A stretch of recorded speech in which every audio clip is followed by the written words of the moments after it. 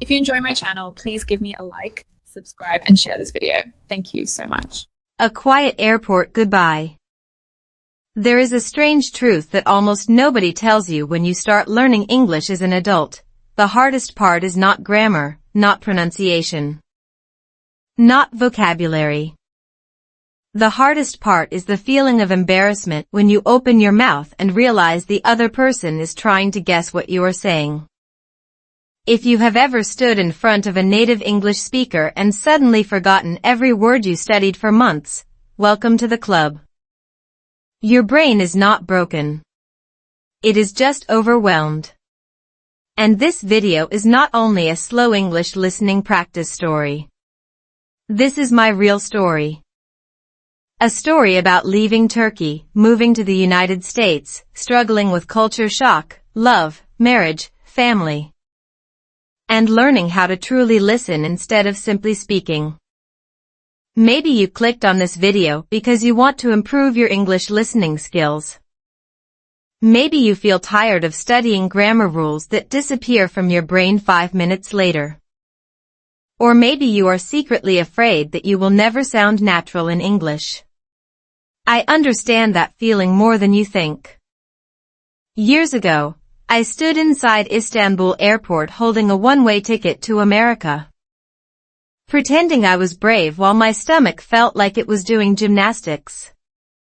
My mother hugged me before security control and said one sentence I did not fully understand at the time. Mehmet, learn to listen before you try to speak. At that moment, I thought it was just one of those emotional parent speeches people say in airports because movies taught us airports are supposed to be dramatic. But years later, I realized it was probably the most important advice I had ever received. The flight to New York was almost 10 hours long. 10 hours of airplane food, crying babies, dry air, and me pretending to understand the American man sitting beside me. He talked non-stop about baseball, weather, coffee prices, and something called mortgage rates that sounded to me like the name of a heavy metal band.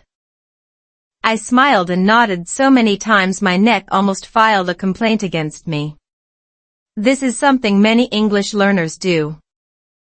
We become professional nodders. Your brain hears English, panics for 2 seconds, catches one random word like coffee, and suddenly you are smiling as if you fully understand the entire conversation. Neuroscience actually explains this very well. When adults listen to a second language, the brain must process pronunciation, speed, grammar, emotion, and context all at once. That is why reading English slowly on your phone feels possible. But listening to fast native speakers feels like trying to catch water with your hands. Basically, your brain is trying to run a marathon while wearing flip-flops. When the plane landed in New York, I looked through the airplane window and saw endless lights shining across the city. Everything looked cinematic and exciting for about 14 seconds. Then reality arrived. JFK Airport in December felt like a giant freezer with Wi-Fi. People moved fast. Everybody seemed busy. Announcements echoed through the building in rapid English that sounded like one very long word. And suddenly I realized something terrifying. Nobody here was going to slow down for me. Have you ever experienced that feeling? The feeling that the whole world is moving quickly while your brain is still loading like an old computer from 2008? I dragged my suitcase outside and searched for my Uber driver. A man standing beside a black car asked me a simple question. You Mehmet? But he spoke so quickly that my exhausted brain heard you met. I froze. He looked at me. I looked at him. 2 adult men standing in a freezing parking lot because my brain needed subtitles for a 3-word sentence. And honestly, that moment changed something inside me. Because I finally understood the difference between learning English in school and living in English in real life. In school, you learn English to pass tests. In real life, you learn English to survive loneliness. The ride to Queens felt strangely quiet. Outside the car window, New York looked exactly like the movies and absolutely nothing like the movies at the same time. Bright lights. Steam rising from subway vents. Tiny restaurants glowing late at night. People walking quickly with coffee cups even though it was freezing outside. Everything felt exciting and lonely together. I missed Istanbul immediately. I missed hearing conversations I could actually understand. I missed the smell of fresh bread in the morning. I missed speaking without fear of making mistakes. Psychologists have a term called identity fatigue. It happens when people move to a new country and suddenly cannot express themselves naturally anymore. Your jokes disappear. Your confidence shrinks. Your personality feels trapped behind simple vocabulary. Back in Turkey, I was talkative and funny. In America, I became a human loading screen that only knew how to say sorry and thank you. But something unexpected happened on my third night in the United States. I walked into a small convenience store near my apartment because I needed water and instant noodles. The cashier was an older American woman with silver hair, round glasses, and the facial expression of someone who had seen every possible human disaster already. She watched me struggle with coins for almost 20 seconds before asking slowly, "First week in America?" I stared at her in shock because it was the first full English sentence I understood without panic. I nodded. She smiled gently and said, "Don't worry. Americans speak fast because we think fast. But listening takes time." That sentence stayed inside my head for years. Listening takes time. Children spend years listening before they speak fluently. But adults do the opposite.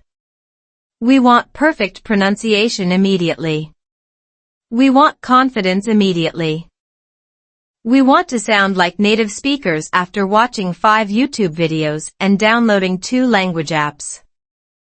And when that does not happen, we think we are failures. That is the biggest lie modern internet culture sells to language learners. That night I returned to my tiny apartment in Queens, opened my old laptop, and played my first slow English podcast. Not because I wanted to memorize vocabulary. Not because I wanted a perfect accent. I listened because I was tired of being afraid of English. And the funny thing is this, inside that cold little room, with traffic sounds outside the window and cheap instant noodles sitting beside me, my real life in America quietly began. Coffee, snow, and silence. Nobody warns you that moving to America can make even simple things feel strangely emotional. One morning you are confidently ordering tea in your own language. And 3 days later you are standing inside a New York coffee shop sweating because the cashier asked, "For here or to go?" And your brain suddenly leaves the chat. That was me during my first winter in the United States. Every sound felt too fast. Every conversation felt like an exam I forgot to study for. And the weirdest part was not the English itself. It was the silence growing inside me because I became afraid to speak at all. If you are learning English right now and sometimes feel exhausted, embarrassed, or mentally tired after listening practice, I need you to know something important. Your brain is not failing. Your brain is adapting. And adaptation is messy, awkward, and occasionally ridiculous. My apartment in Queens was so small that if I stretched both arms too wide, I could almost high-five my own furniture. The heater made noises like an old man arguing with destiny every night. Outside the window, snow covered the streets for the first time in my life. Back in Turkey, winter felt cold. In New York, winter felt personal. The wind attacked my face like it had unpaid bills to collect from me specifically. Every morning I walked to a nearby cafe because I heard native English speakers improve listening faster when surrounded by real conversations. At least that is what internet language coaches promised with suspicious confidence and thumbnails full of arrows and shocked facial expressions. So there I was, sitting in the corner of a crowded cafe pretending to drink coffee slowly while secretly trying to decode human speech. American cafes are fascinating places when your English is weak. People order drinks using words that sound completely invented. Double shot oat milk half CAF vanilla latte. Sir, that is not a coffee order. That is a chemistry experiment. The first time a barista asked for my name, I panicked and almost forgot my own identity. I said Mehmet 3 times. She wrote Mammoth on the cup. Honestly, I respected the creativity. But something interesting started happening after 2 weeks. My ears began recognizing patterns before my brain translated the words. I stopped hearing English as separate vocabulary pieces and started hearing emotional rhythm. This is actually how fluent listening develops according to cognitive science. Your brain slowly stops translating word by word and begins predicting meaning through tone, context, and familiar sound patterns. In other words, fluency is less like solving math problems and more like learning the rhythm of music. The problem is most adults panic during this stage because progress feels invisible. You study for hours and still cannot understand Netflix without subtitles. Your confidence collapses faster than cheap furniture from the internet. I remember one afternoon when I almost booked a flight back to Turkey. It sounds dramatic, but loneliness does strange things to people. That day I entered a grocery store after a long English class where I understood maybe 12% of what the teacher said. My brain felt fried. Even simple conversations sounded like aggressive podcasts played at double speed. Then the cashier asked me something small. Paper or plastic? I stared at her like she had asked me to explain quantum physics. She repeated the question. My face became hot with embarrassment. People behind me waited impatiently. Finally, she pointed at the bags and smiled kindly. Paper or plastic? I answered correctly, but inside I felt defeated. Imagine traveling across the world only to lose confidence because of grocery bags. That night I walked home through heavy snow feeling like the loneliest man in America. Snowflakes landed on my jacket while yellow taxi lights blurred across the streets. Everything looked beautiful in the cinematic way depression sometimes does. Social media never shows this part of moving abroad. Nobody posts emotional videos titled "Young Man Emotionally Destroyed by Supermarket Conversation." But this is the hidden reality of learning a language through real life. Your ego gets absolutely demolished. And strangely, that can become the beginning of real growth. Because when your pride finally breaks, your ears open differently. Instead of obsessing over sounding perfect, you begin paying attention to understanding people. A few days later something unexpected happened inside that same cafe. I was sitting alone reviewing slow English listening exercises when an older man wearing a dark green jacket sat near me. He noticed my notebook filled with English phrases and smiled. "Learning English?" he asked. Normally I would panic. But exhaustion made me honest. "Trying," I answered. He laughed softly and said something that changed my entire perspective. Most Americans don't listen carefully either. We just speak confidently. That sentence hit me harder than grammar textbooks ever did. Because he was right. Communication is not about perfection. Half the world is simply pretending to know what is happening while nodding politely. Suddenly I stopped treating English like a performance and started treating it like connection. I began listening differently after that day. Instead of translating every word, I focused on emotions. Was the speaker joking? Angry? Nervous? Relaxed? Human communication depends heavily on tone, facial expression, and rhythm. Researchers say more than half of emotional meaning comes from nonverbal signals, not vocabulary itself. That realization removed enormous pressure from my brain. I no longer needed to catch every single word to understand conversations. And ironically, the less I panicked, the more English I understood. Fear had been blocking my listening ability the entire time. Your nervous system matters more than most language apps admit. When anxiety rises, comprehension drops. Basically, your brain becomes a frightened squirrel trying to do taxes. Around that time I created a strange daily habit. Every morning before sunrise, I walked through snowy streets with headphones playing slow English podcasts. I listened to stories about relationships, culture, daily life, and human struggles. Not because I wanted perfect grammar, but because stories kept my attention emotionally alive. That is another secret most schools ignore. Human brains remember emotions better than isolated information. Stories activate imagination, empathy, memory, and prediction all at once.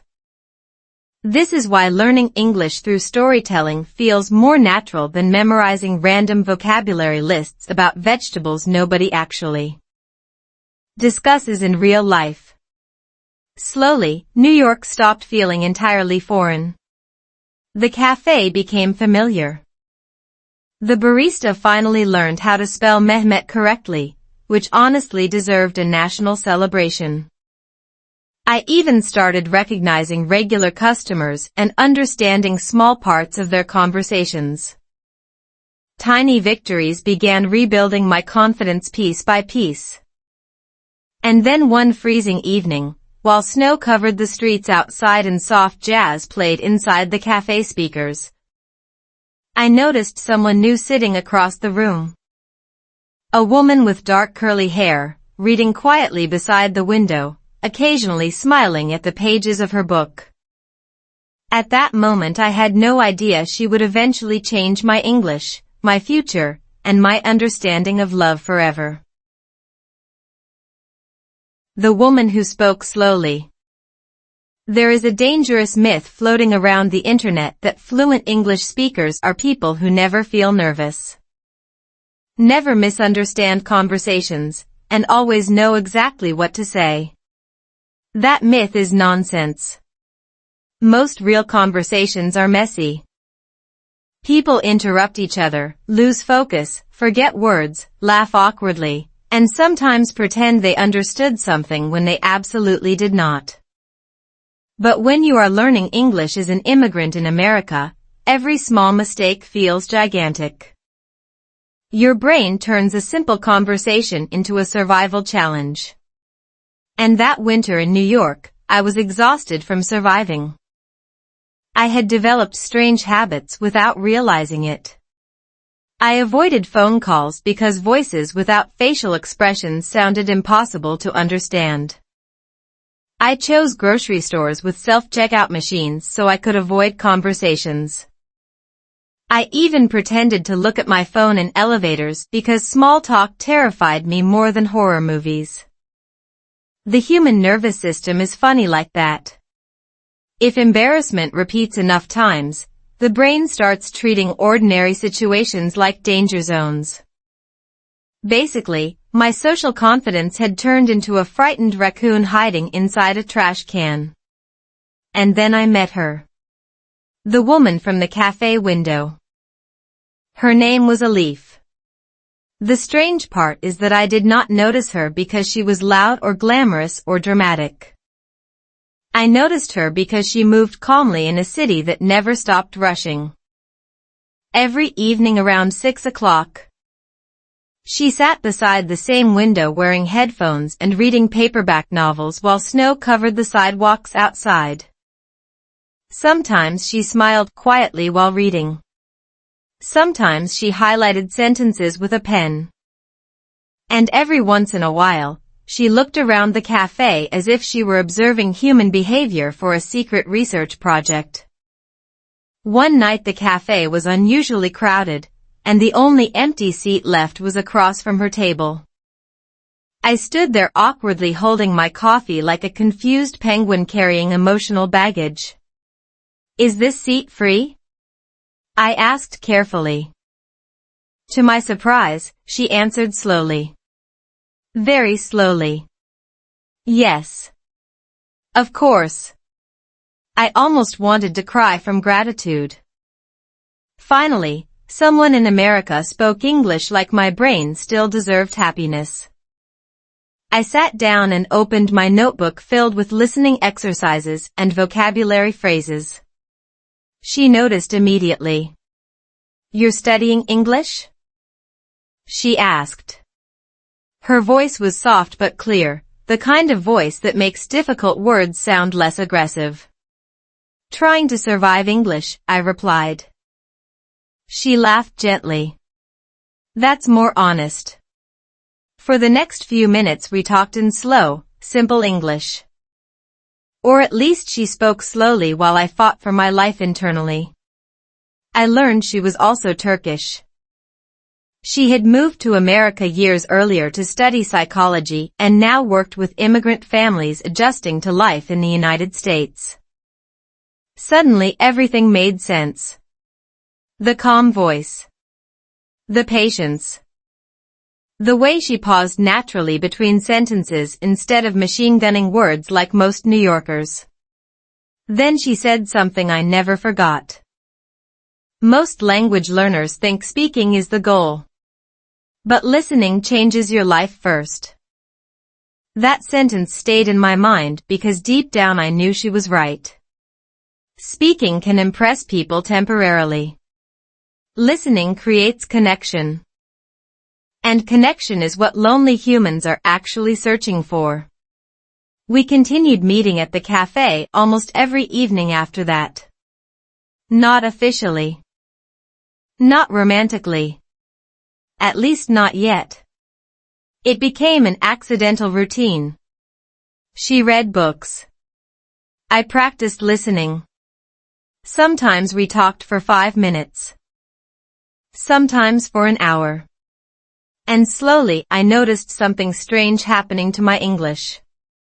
I understood her effortlessly compared to everyone else. At first I thought it was because she spoke slowly. But eventually I realized the real reason. She listened before speaking. Most conversations are chaotic because people are busy preparing their next sentence instead of paying attention. But Elif listened fully, then answered calmly. That rhythm changed everything for my nervous system. My anxiety dropped, and comprehension improved naturally.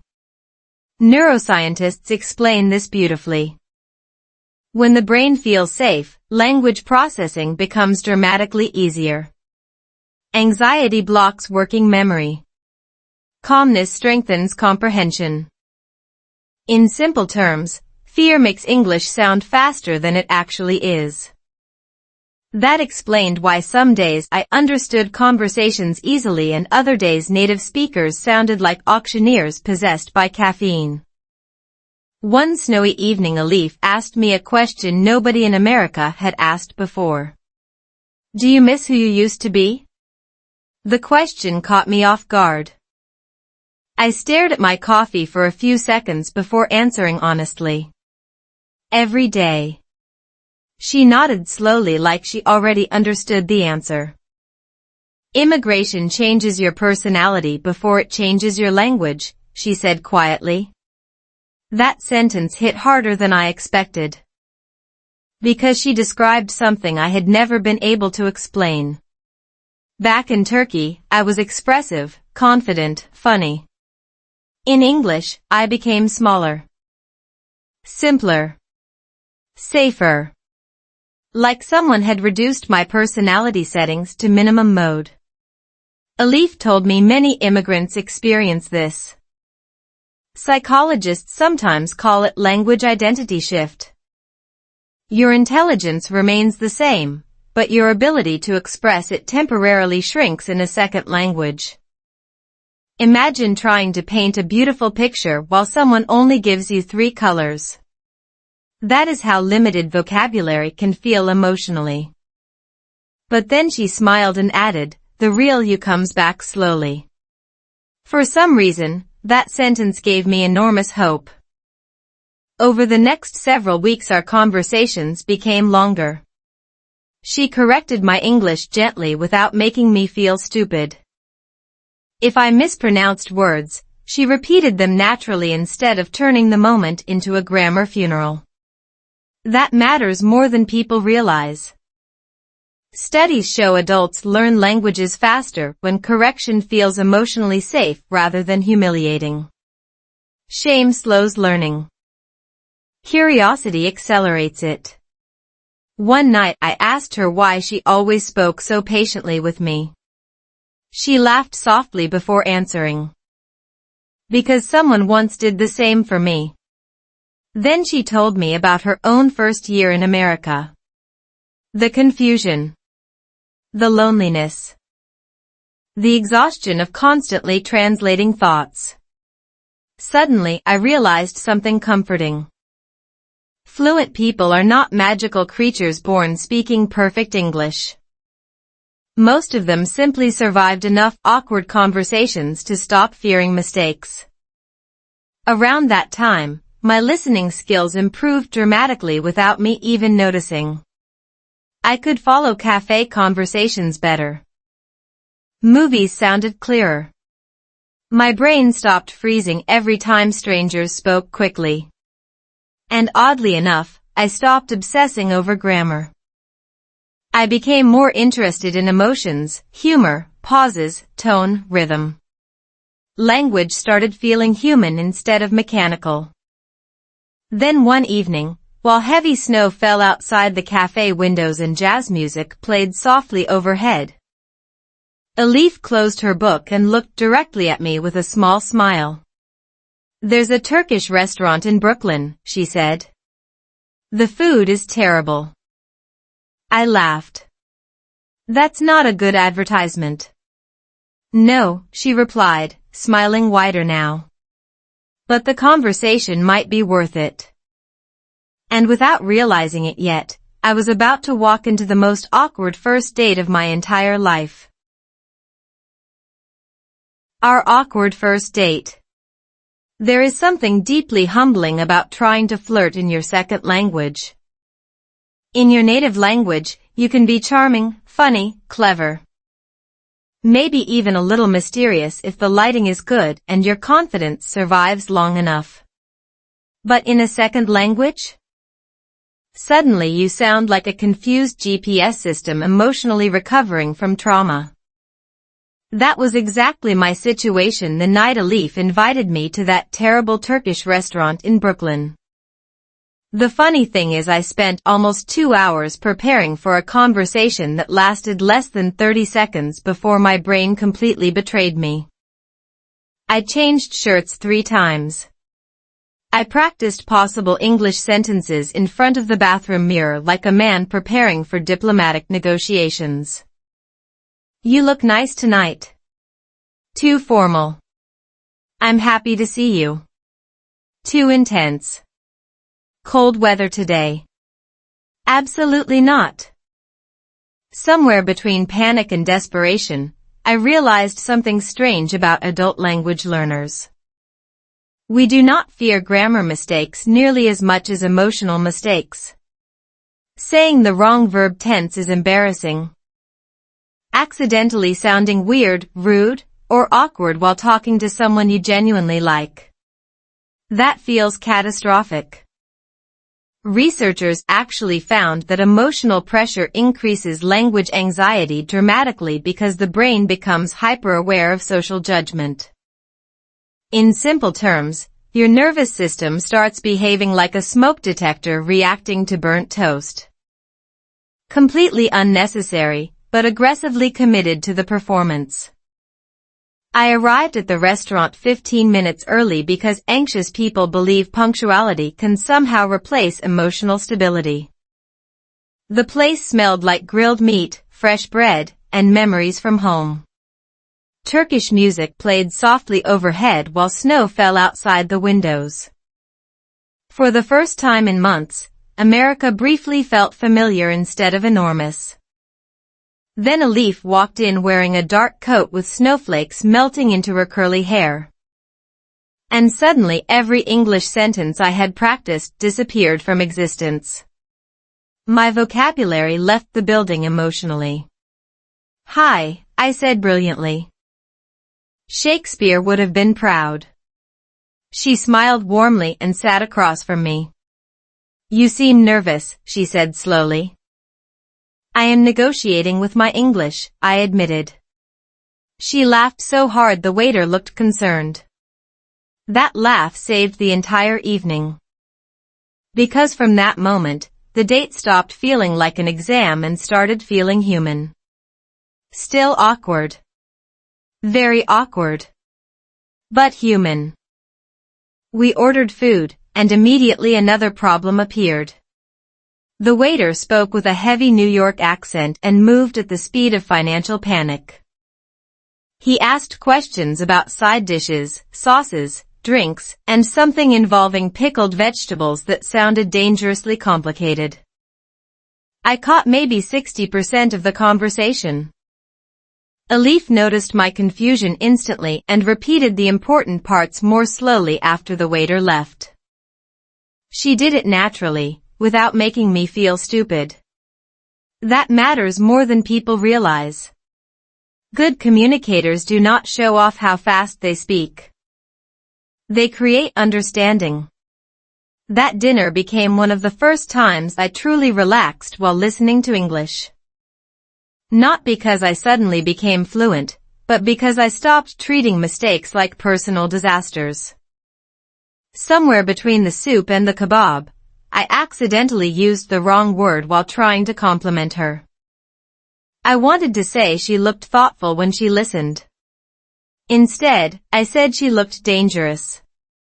There was a long silence. My soul briefly left my body. Then Elif burst into laughter so intense she nearly dropped her fork. "Dangerous," she repeated. "That's one way to flirt." I covered my face with both hands while apologizing in broken English. But instead of judging me, she smiled and said, "Honestly, it's more memorable this way." That sentence changed something important inside me. Because language learning is deeply connected to memory and emotion. Studies show people remember conversations more clearly when emotions are involved, especially humor and embarrassment. Which means my most humiliating moments were secretly becoming excellent listening practice. Fantastic news for my suffering. As the night continued, we talked about family, immigration, and the strange experience of rebuilding identity in another country. Elif told me she once cried in an American pharmacy because she could not understand the difference between cold medicine and allergy medicine. I laughed so hard tea almost came out of my nose because I had experienced the exact same confusion weeks earlier. This is another hidden truth about human connection. Vulnerability creates trust faster than perfection ever could.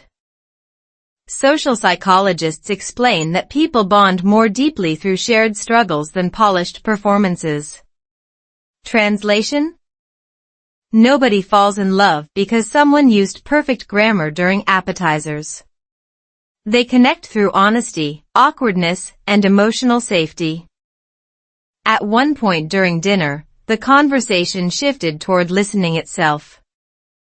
Elif leaned forward slightly and asked, "When you speak English, Are you listening to the other person or mostly listening to your own fear? That question hit me like cold water. Because she was absolutely right. Most of my attention during conversations was trapped inside my own head. I was monitoring mistakes, worrying about pronunciation, predicting embarrassment before it even happened. No wonder real listening felt impossible. Anxiety had turned every interaction into internal chaos. Neuroscientists call this cognitive overload. When stress consumes working memory, comprehension drops sharply. Basically, fear occupies the mental space where understanding should happen. After dinner we walked slowly through snowy Brooklyn streets while yellow lights reflected across the sidewalks. The city looked quieter than usual, almost peaceful. We passed tiny bookstores, crowded diners, and apartment windows glowing warm against the cold night. Then something happened I still remember clearly years later. A homeless man standing near the subway station suddenly started speaking to us very quickly. His words were rushed and difficult to understand. Normally I would panic immediately. But instead of trying to translate every sentence, I focused on emotion and context the way Alif had taught me. I realized he was asking for directions, not money. So I answered slowly, carefully, and surprisingly successfully. After he walked away, Alif smiled proudly. "See," she said softly. "You understood him." That tiny moment felt bigger than passing any English test. Because real listening is not about catching every word perfectly. It is about understanding people well enough to respond with humanity. And honestly, that realization changed my entire approach to learning English forever. When we reached the subway entrance, snow was falling harder now, covering the streets in white silence. I expected the night to end politely. Maybe a quick goodbye. Maybe another awkward see you later. Instead, Alif looked at me carefully for a second before asking, "Do you know why your English is improving faster now?" I shook my head. She smiled gently. "Because you stopped trying to sound impressive and started trying to understand people." For a moment neither of us spoke. Then the train arrived loudly beneath the street, breaking the silence between us. She stepped toward the subway stairs, then turned back with a small smile. "Next time," she said, "I'll take you somewhere with better food." And somehow, standing there in the freezing Brooklyn night with snow landing on my jacket and my heart beating like a confused drummer, I realized I was no longer afraid of English conversations anymore. I was beginning to enjoy them. Learning English at dinner. Nobody tells you that some of the best English listening practice in America happens around cheap dinner tables with tired people holding forks and talking about completely ordinary things. Not classrooms. Not grammar books. Not expensive language apps with smiling actors pretending human conversation is always clean and slow. Real English lives inside interruptions, laughter, unfinished sentences, emotional stories, and someone accidentally dropping chicken on the floor while explaining taxes.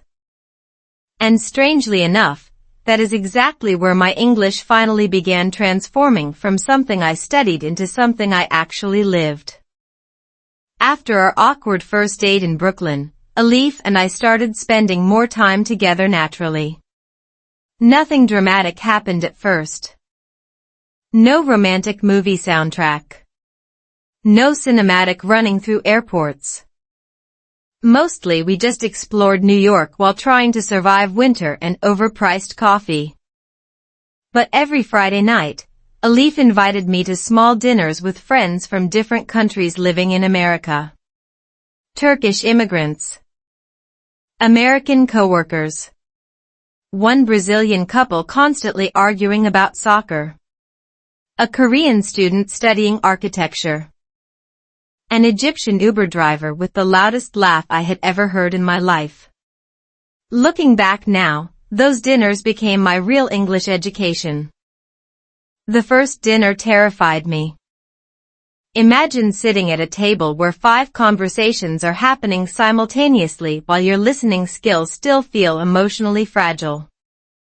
Americans especially have a fascinating habit of talking over each other while somehow still understanding the conversation. In Turkey, conversations often moved more sequentially. In New York, discussions sounded like jazz music performed by emotionally competitive squirrels. At first my brain nearly exploded. Everyone spoke fast. People used slang constantly. Somebody laughed before I even understood the joke. By the time I translated one sentence internally, the group had already changed topics 3 times and somehow arrived at a debate about pineapple pizza destroying civilization. I sat there silently chewing bread like a man trying to survive a social hurricane. Then something interesting happened. Instead of forcing myself to understand every word, I remembered what Alif kept teaching me. Listen for emotion first. So I stopped chasing vocabulary and started observing rhythm. Who sounded excited? Who sounded sarcastic? Who was telling a story? Which words repeated often? Cognitive scientists explain that the human brain learns language patterns faster when attention relaxes slightly instead of obsessing over perfect comprehension. Ironically, trying too hard to understand every word can reduce overall understanding because anxiety overloads working memory. Basically, your brain becomes a stressed office employee with 47 tabs open and 1 emotional support coffee. During dinner, Alif's friend David started telling a story about getting lost in Texas during a road trip. I missed maybe 30% of the vocabulary, but I understood the emotional structure perfectly. Excitement. Confusion. Embarrassment. Relief. For the first time, English conversations stopped feeling like math equations and started feeling human. That realization changed everything. Stories became easier than isolated sentences because stories contain emotional direction. Your brain predicts meaning naturally through context. That is exactly why learning English through storytelling works so effectively for adult learners. Human memory evolved around stories long before textbooks existed. Somewhere between grilled chicken and badly cooked rice, I also discovered another strange truth about Americans. They do not actually speak perfect English all the time. Shocking information, I know. Native speakers interrupt themselves constantly, restart sentences halfway through, forget words, use filler sounds, and sometimes communicate entire emotions with facial expressions alone. Watching real conversations destroyed my unrealistic expectations about fluency. Fluency is not perfection. Fluency is comfort inside imperfection. One evening during dinner, I accidentally misunderstood a conversation so badly that everyone laughed for almost 5 full minutes. Someone asked if I liked football, and because I was Turkish, my brain automatically imagined soccer. I passionately explained why European football was superior while everybody stared at me in confusion before realizing we were discussing American football. For a few horrifying seconds, I considered moving back to Istanbul permanently. But then something beautiful happened. Instead of mocking me cruelly, everyone started explaining cultural differences between sports traditions around the world. The embarrassment transformed into connection. Psychologists call this prosocial correction. People learn faster when mistakes are corrected through warmth rather than humiliation. Shame shuts down curiosity. Safety keeps the brain engaged. After several weeks, Friday dinners became my favorite part of life in America. My listening improved without forcing it. I started catching jokes faster. I understood sarcasm more easily. Even background conversations in restaurants stopped sounding like meaningless noise. My brain was adapting naturally through repeated exposure combined with emotional engagement. Researchers often describe language acquisition as pattern recognition built through meaningful repetition. Translation? Your brain slowly collects tiny pieces until confusion unexpectedly turns into understanding one random Tuesday evening while somebody argues about barbecue sauce. Elif noticed the changes before I did. One night while washing dishes together after dinner, she smiled and said, "You interrupt people now." I looked horrified. "That's bad." She laughed softly. "No. It means you're finally thinking in conversation instead of translating everything first." And she was right.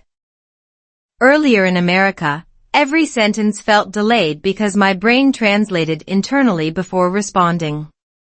Now responses sometimes appeared naturally.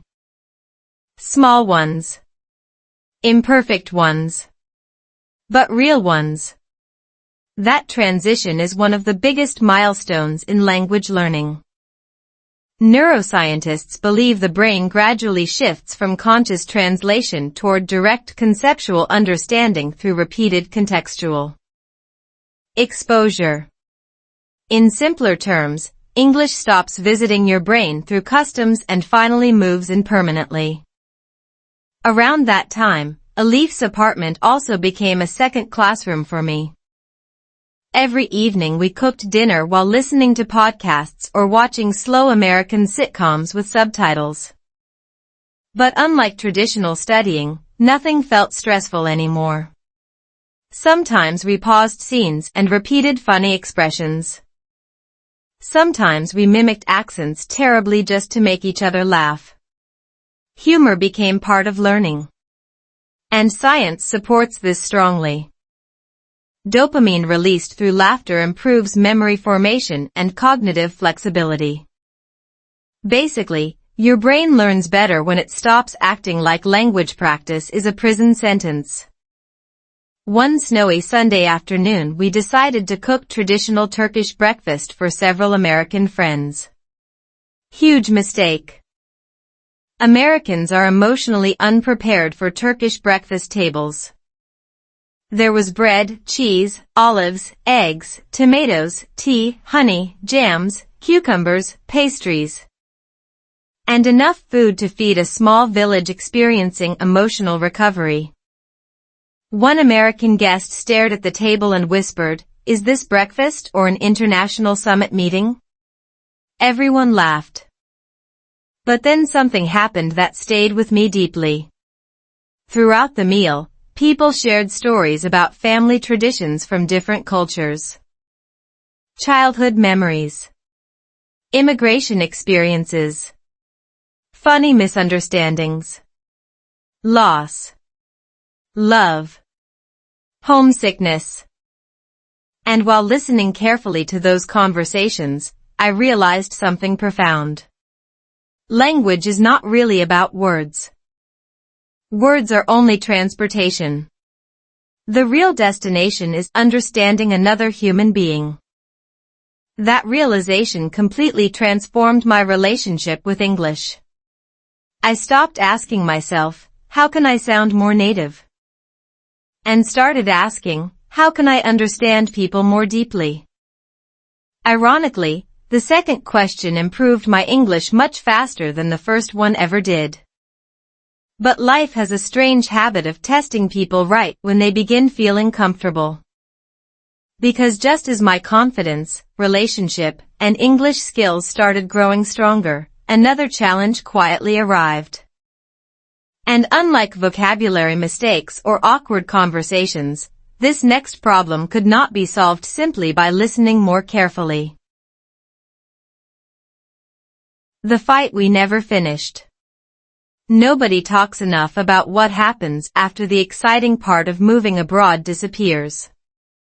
Social media shows airport photos, smiling couples, coffee shops, city lights, and inspirational captions about chasing dreams. What it does not show is two exhausted immigrants sitting silently in a tiny apartment at midnight arguing about money, stress, and whose turn it is to emotionally collapse first. By the second year of living in America, my English had improved dramatically. I could hold conversations naturally, joke with coworkers, order food without accidentally creating international confusion, and even understand fast podcasts without subtitles most of the time. From the outside, life looked successful. Elif and I had moved into a slightly bigger apartment in Brooklyn. I found stable work. We cooked dinner together, explored the city on weekends, and slowly built a routine that almost felt permanent. But stress is strange. It does not always arrive loudly. Sometimes it enters quietly through unpaid bills, sleepless nights, immigration paperwork, rising rent, and the invisible exhaustion of constantly adapting to another culture. America can be beautiful, but it can also feel like a machine that never stops moving. If you slow down for even a second, it feels like life immediately sends you another email labeled urgent. At first, Elif and I handled stress well together. We laughed often. We supported each other. But over time something subtle changed. Our conversations became shorter. Dinner became quieter. We still talked every day, but we stopped truly listening. Ironically, after all those months learning how to understand English better, I had started understanding the person I loved less. One rainy Thursday evening, everything finally exploded over something unbelievably stupid. The dishwasher. Not politics. Not betrayal. Not dramatic movie-level problems. Dirty dishes. I came home late after a frustrating day at work where my manager spoke so quickly during meetings that my brain felt like it had run 5 emotional marathons. Meanwhile, Elif had spent the entire day helping immigrant families deal with housing problems and legal paperwork. Both of us were mentally exhausted. The apartment sink was full of dishes. She looked at me and said calmly, "You said you would clean these yesterday." Simple sentence. Reasonable sentence. But stress changes how humans hear language. Researchers call this emotional filtering. When people feel overwhelmed, neutral comments suddenly sound like personal attacks. My tired brain did not hear a reminder. It heard criticism. So instead of responding like a mature adult, I answered defensively. "I work all day too." The atmosphere changed instantly. You know those moments where a room suddenly feels colder even though nothing physically changed? That happened. Elif crossed her arms. "I didn't say you don't work hard." "It sounded like that," I replied. And there it was. The beginning of the fight we never truly finished. The strange thing about arguments in a second language is that they reveal emotional habits very clearly. When people lack vocabulary during emotional moments, they often become either extremely quiet or unusually blunt. I became quiet. Elif became sharper. Neither of us intended to hurt the other, but exhaustion had already hijacked the conversation. Psychologists explain that stress reduces active listening ability because the brain shifts into self-protection mode. Basically, once emotions rise high enough, humans stop communicating and start defending emotional territory like confused medieval soldiers. The argument continued for almost an hour. Small frustrations from previous months suddenly appeared everywhere. Money worries. Long work hours. Missed calls with family back in Turkey. Loneliness. Pressure. Fear about the future. At one point Elif looked at me with tears in her eyes and said something that completely shattered me. Sometimes I miss who we were when we first met. That sentence hurt because I felt the exact same thing. Back then we listened carefully to each other. We noticed small emotions. We spoke slowly, patiently, intentionally. But now life had become loud. Fast. Mechanical.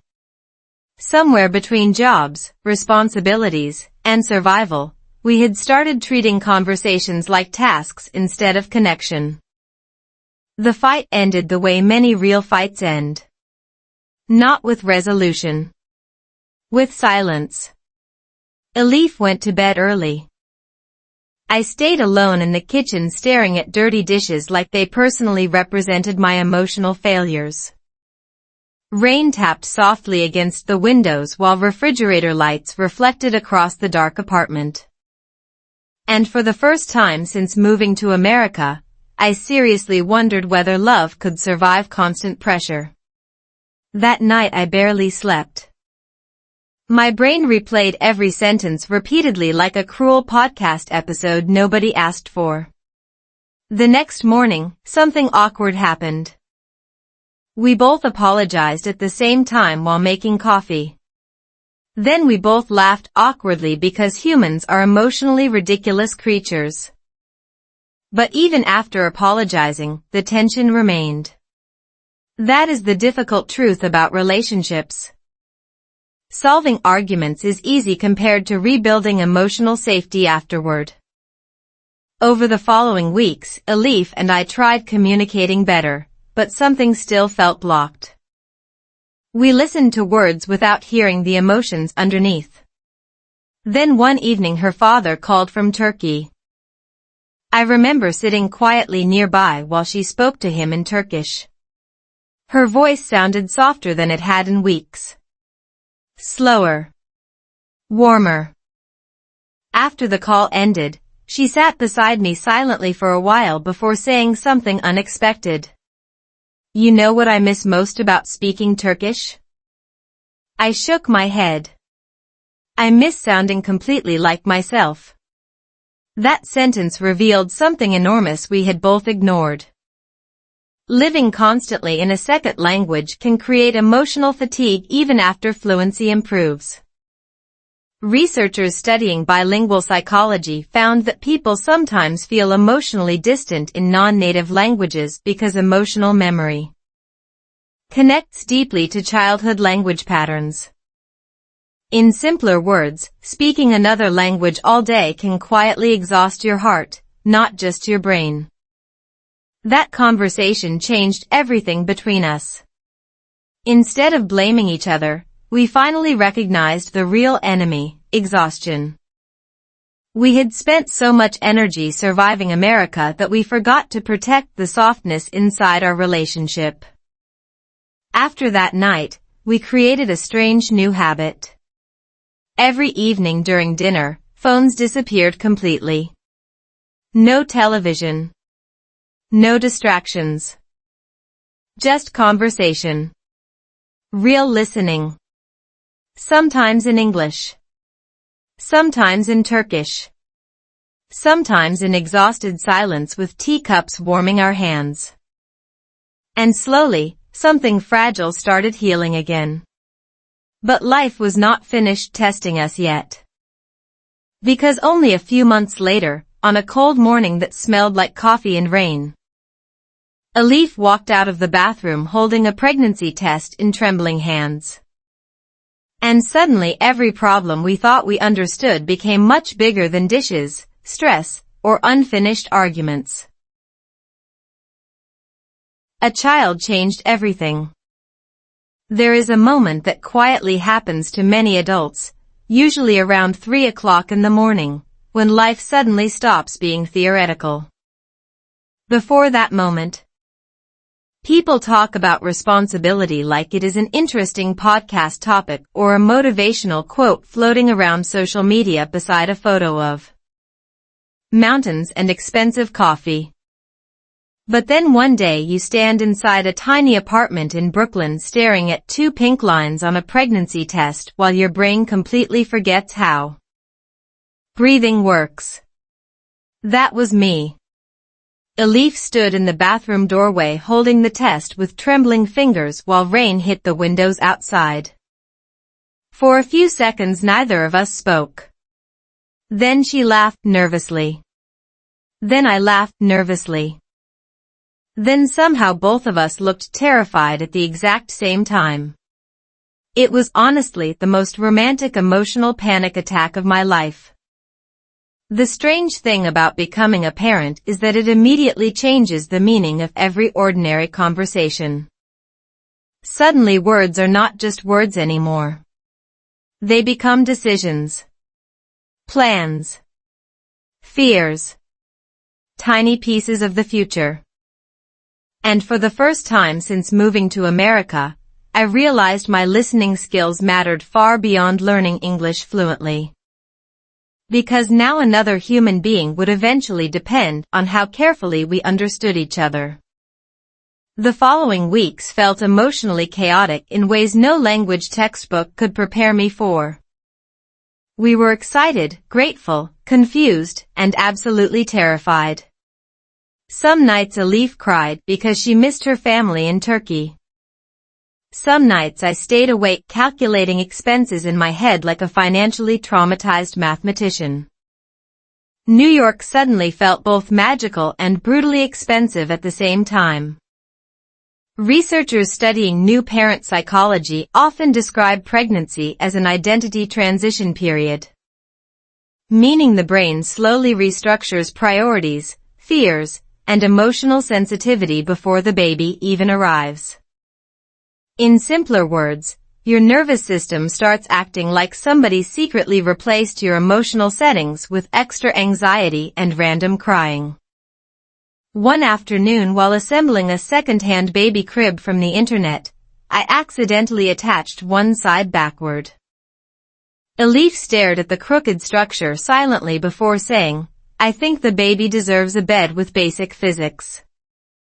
Normally I would have become defensive immediately like during our dishwasher argument months earlier. But something had changed between us. Instead of preparing a counterargument, I noticed the exhaustion in her voice first. The discomfort. The emotional overload. So I laughed instead. "Honestly," I said, "if the baby survives my construction skills, he'll already be strong." She burst into laughter so intense she had to sit down on the floor beside unfinished crib pieces. That moment taught me something important about communication inside relationships. Listening is not only hearing words. Listening is recognizing emotional weather. Some days your partner is not criticizing you. They are simply tired, afraid, or overwhelmed. Emotional intelligence researchers explain that successful long-term relationships depend heavily on accurate emotional interpretation rather than perfect verbal communication. Translation? People fight less when they stop treating every sentence like a courtroom attack. During the pregnancy, our apartment slowly transformed into a strange combination of excitement and confusion. Tiny baby clothes appeared everywhere. Parenting books stacked beside English listening podcasts on the kitchen table. We spent hours debating names while simultaneously panicking about health insurance, doctor appointments, and whether we were emotionally qualified to raise another human being without accidentally creating future therapy stories. At the same time, something unexpected happened to my English listening skills. They improved dramatically again. But not because I studied harder. Because I started listening with deeper emotional attention. pregnancy appointments forced me into fast medical conversations filled with unfamiliar vocabulary. Earlier in America, those situations would have terrified me. But now fear became secondary to responsibility. When motivation connects to real emotional purpose, the brain adapts faster. Neuroscientists studying adult learning discovered that emotionally meaningful goals activate stronger memory consolidation and attention systems. Basically, your brain learns more efficiently when something genuinely matters to your heart. One evening during the 7th month of pregnancy, Elif experienced sudden pain and we rushed to the hospital through heavy rain. My hands shook while driving because fear transforms time into something weird and slippery. Every red traffic light felt personal. Inside the emergency room, doctors spoke quickly while machines beeped around us. Normally fast English under stress would have overwhelmed me completely. But that night I noticed something surprising. I understood almost everything. Not perfectly. But enough. Enough to ask questions. Enough to explain symptoms. Enough to protect the people I loved. And standing there under harsh hospital lights while holding Elif's hand, I realized fluency is not really about sounding impressive during casual conversations. Real fluency is being present during difficult moments when understanding truly matters. Thankfully, everything was fine. False alarm. Exhaustion and stress. But after returning home that night, we sat quietly together in the dark apartment listening to rain hit the windows. Then Elif whispered something soft that I still remember years later. You listen differently now. I looked at her carefully. What do you mean? She smiled tiredly. Before, you listened because you were afraid of misunderstanding English. Now you listen because you care about people. That sentence stayed inside me permanently. Because she was right. Fear had once dominated my relationship with language. But slowly, through love, struggle, and responsibility, listening transformed into empathy instead of survival. A few months later, our son Yusuf finally arrived into the world screaming with the confidence of somebody who already planned to destroy our sleep permanently. Hospitals after childbirth are fascinating places. Nurses move with superhero energy while exhausted parents stare at tiny humans wondering how something so small can produce so much noise.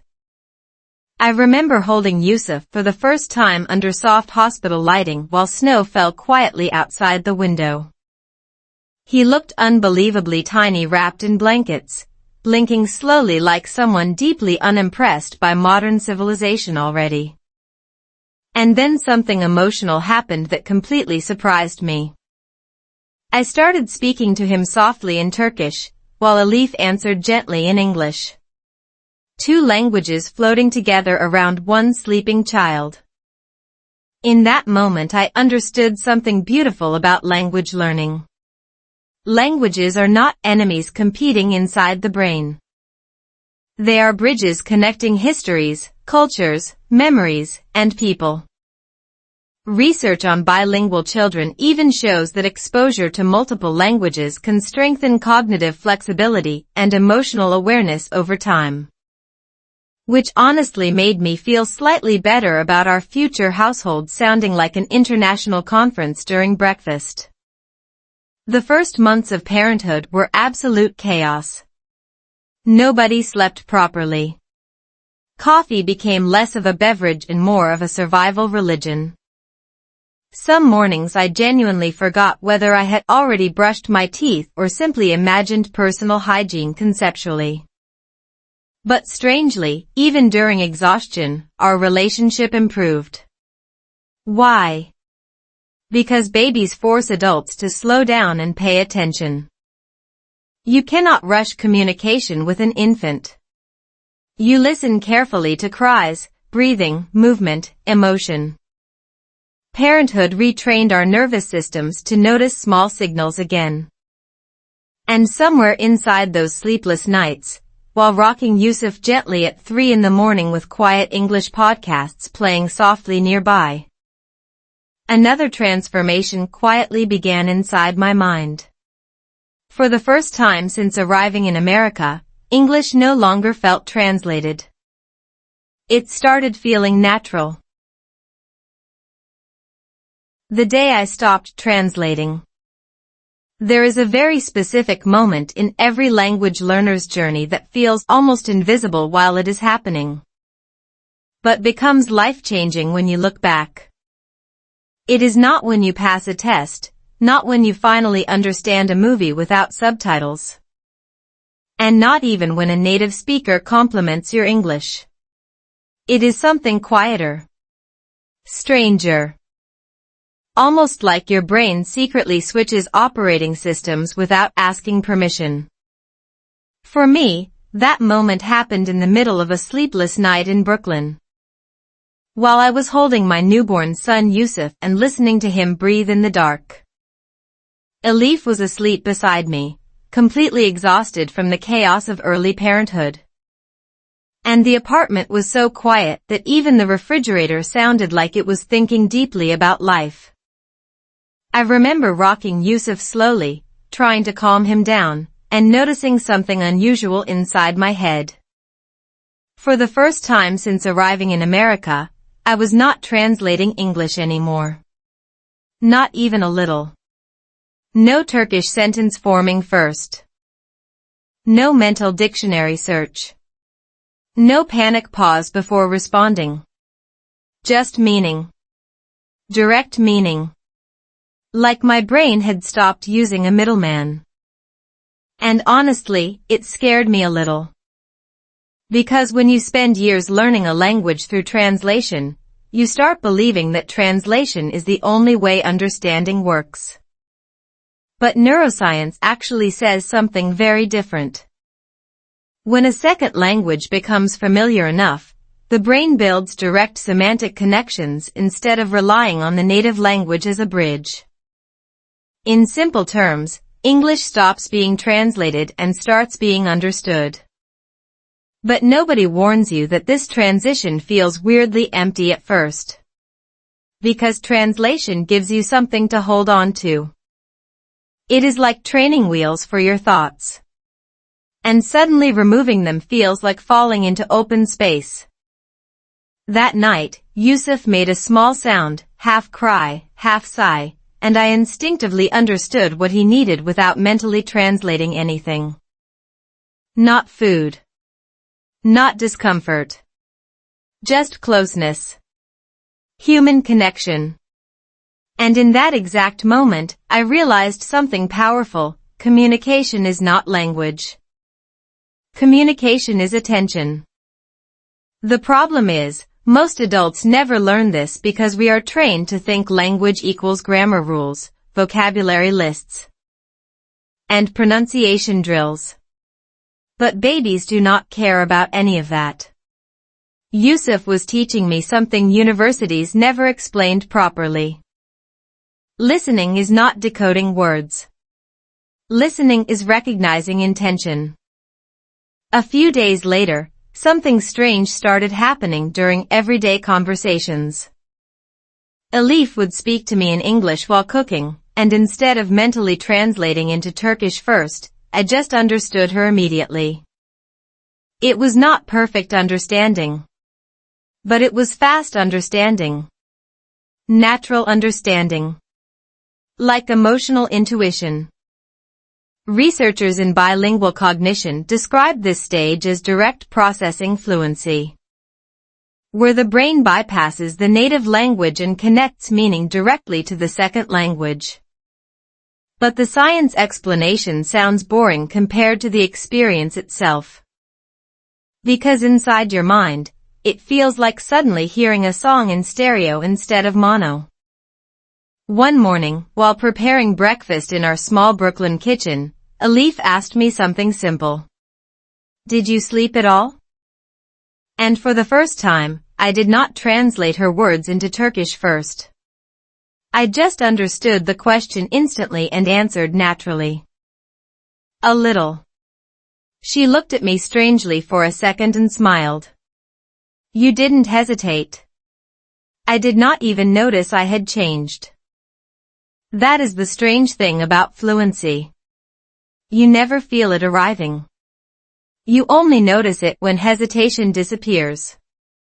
But life, of course, does not become easier just because your English improves. In fact, new responsibilities tend to make everything more intense. Yusuf was growing quickly, sleep was still unpredictable, and both of us were operating on what I can only describe as emotional battery saver mode. You know that feeling when your brain is so tired that even simple decisions like tea or coffee feel like philosophical questions? That was our daily reality. One afternoon, I took Yusuf to a small park near our apartment. It was cold, slightly windy, and mostly empty except for a few parents pushing strollers like exhausted athletes competing in a silent endurance sport. I sat on a bench and listened to people talking around me. And something remarkable happened. I understood everything. Not just words, but conversations. Humor. Complaints. Stories. Even background noise became meaningful instead of chaotic. I remember hearing two parents talking about school admissions stress and realizing I did not need subtitles anymore. My brain was doing something it had never done before, listening directly in English without translation delay. Psychologists often say that fluency is not a single achievement but a gradual reduction of cognitive load. In other words, your brain becomes more efficient, not more powerful. It stops wasting energy on unnecessary steps. But what nobody tells you is that this efficiency creates emotional space. And emotional space changes how you see people. Later that day, Alif met me at the park, and we walked slowly with Yusuf sleeping in the stroller. She noticed I was unusually quiet. "What are you thinking about?" she asked. I looked at her for a moment before answering. I think I finally stopped translating. She raised an eyebrow. That sounds dangerous. I laughed. It feels like falling asleep while still awake. She nodded slowly, like she understood exactly what I meant. Because she had gone through the same process years before me. That is something I did not realize earlier in life. Every immigrant goes through invisible cognitive transformations that nobody talks about. And every bilingual person carries two emotional worlds inside one mind. Some days you think in one language. Some days in another. Sometimes emotions arrive in Turkish first, sometimes in English. And sometimes, strangely, both at once. Around this time, something else changed too. My relationship with listening transformed completely. Before, I listened to understand English. Now I listen to understand people. That shift sounds small, but it is actually enormous. Because when you stop focusing on language as a problem to solve, you start hearing life as a story to experience. Even arguments became different. Instead of preparing responses, I started noticing tone, hesitation, silence, emotional shifts. I realized most communication is not about information transfer. It is about emotional regulation between two nervous systems trying to stay connected. One evening, Alif and I had a small disagreement about something trivial again.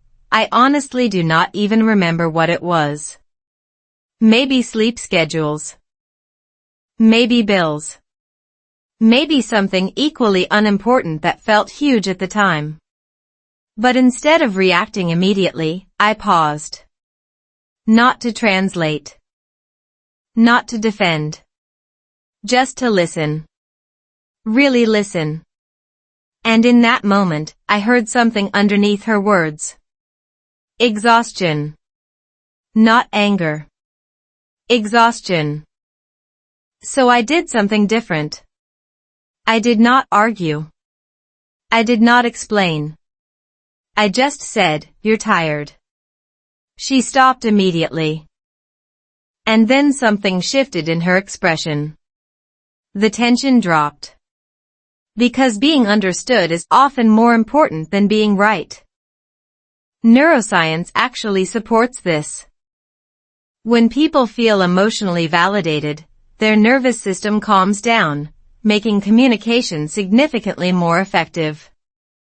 In simple terms, understanding reduces conflict more than winning arguments ever will.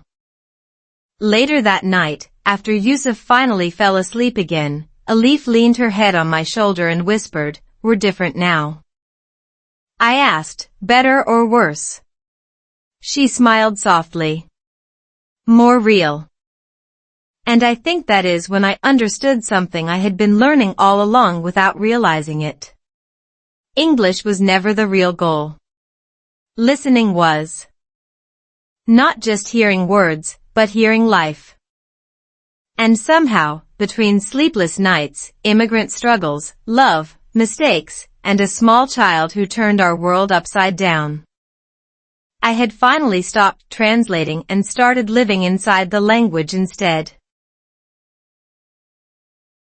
Small habits, big fluency. There is a moment in every long journey where progress stops feeling like progress and starts feeling like ordinary life. That is actually the most dangerous and most beautiful stage of learning a language. Because when English is no longer something you study, you stop tracking improvement the way you used to. You just live inside it. For me, that shift did not happen in a classroom or during a dramatic breakthrough moment. It happened in extremely boring daily routines in Brooklyn, surrounded by diapers, grocery lists, sleepless nights, and the quiet background noise of a life that had slowly become bilingual without asking my permission. After the birth of Yusuf, everything in our home revolved around rhythm. Feeding, sleeping, crying, repeating. And somewhere inside that rhythm, English stopped being a subject and became an environment. I noticed it one morning while making coffee. Elif was talking about grocery prices. Yusuf was crying softly in the next room. And I realized I had understood everything she said without consciously translating a single word. No mental effort. No pause. No internal dictionary search. Just meaning arriving instantly. That is when I understood something most language learners never hear clearly. Fluency is not a sudden transformation. It is the disappearance of effort. But of course, nobody believes that at first. Most people still think fluency is about big actions. Moving to another country. Studying grammar for hours. Memorizing thousands of words. Watching movies with subtitles until your eyes hurt. And yes, all of that helps. But what actually changes your brain is repetition inside real life, not intensity inside artificial study sessions. Neuroscience calls this procedural learning. Your brain builds automatic pathways through repeated exposure, especially when the activity is emotionally meaningful and consistent. In simpler terms, your brain learns English the same way it learns how to drive or ride a bicycle. Not by thinking harder, but by repeating until thinking is no longer needed. My most important English lessons during this time were not lessons at all. They were habits disguised as life.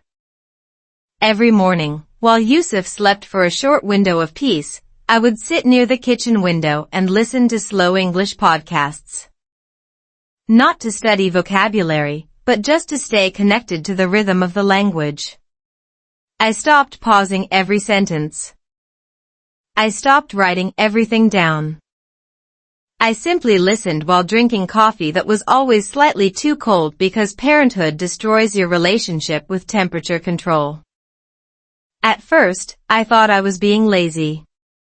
But later I realized I was actually training something deeper than memory. I was training familiarity. And familiarity is what turns fear into comfort. Elif also developed her own strange habits. She would speak English to Yusuf in simple sentences while cooking or cleaning. Not perfect English. Not textbook English. Real English. Are you hungry? Let's change your clothes. Look at the snow outside. These tiny phrases repeated hundreds of times became the foundation of Yusuf's first exposure to bilingual communication.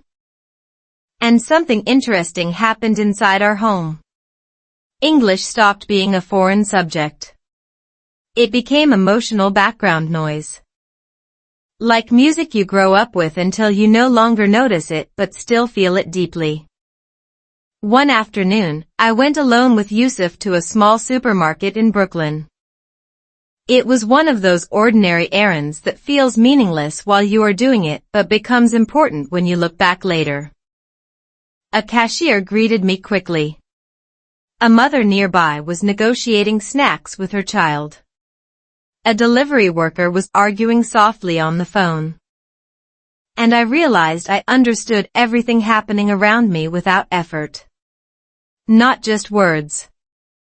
Intentions. Context. Human behavior. That is the hidden stage of language learning nobody talks about. When comprehension expands beyond language into life itself. Psychologists studying bilingual immersion often describe this as contextual integration, where the brain no longer separates language from environment. Instead, meaning is processed holistically. Translation? You stop hearing English as English. You start hearing reality directly. On the way home, Yusuf fell asleep in the stroller. And I walked slowly through the cold streets thinking about how strange this transformation really was. A few years earlier, I could barely understand a simple "how are you?" without panic. Now I was following fast conversations in grocery stores without noticing effort. But the most surprising change was not in my listening ability. It was in my emotional response. I was no longer afraid of misunderstanding people. Fear had slowly disappeared without me noticing. And that absence of fear changed everything. Because fear is the real barrier in language learning, not vocabulary. Fear makes you hesitate. Fear makes you freeze. Fear makes you avoid speaking. Once fear weakens, everything else becomes easier automatically. One evening, Elif and I were cooking dinner together while Yusuf played on the floor. She suddenly said something in English and I responded instantly without thinking. She stopped and looked at me. "You didn't translate that," she said. I paused for a moment and realized she was right. I hadn't. It felt normal now. She smiled quietly. "That's new." I asked her, "When did it happen?" She shrugged. "It didn't happen. It accumulated." That word stayed with me, accumulated. Because that is exactly what language learning is. Not a breakthrough. Not a switch. But accumulation of tiny moments until your brain quietly rewires itself. Researchers in cognitive science often explain this as incremental automatization. Repeated exposure reduces cognitive load until tasks become automatic. But living it feels less scientific and more like slowly waking up inside a different version of yourself. Around this time, I started noticing something even more interesting. My listening skills were no longer limited to English. I became a better listener in general. I noticed tone shifts in conversations with Elif faster. I picked up emotional cues from Yusuf's cries more accurately. I understood silence better. And that is when I realized something important. Learning a language does not only change how you understand words. It changes how you understand people. One night, after putting Yusuf to sleep, Alif and I sat quietly in the living room. No phones. No television. Just silence and soft city noise outside the window. She leaned back and said, "Remember when English felt impossible?" I laughed. "It still feels impossible sometimes." She smiled. "But you're not afraid of it anymore." And she was right. I wasn't. Then she asked something unexpected. "Do you think English changed your personality?" I thought about it for a moment. The truth was complicated. I was still myself, but also slightly different. More patient. More observant. Less reactive. "I think it made me listen more than I speak," I said finally. She nodded. "That's probably why everything feels easier now." That conversation stayed in my mind for days.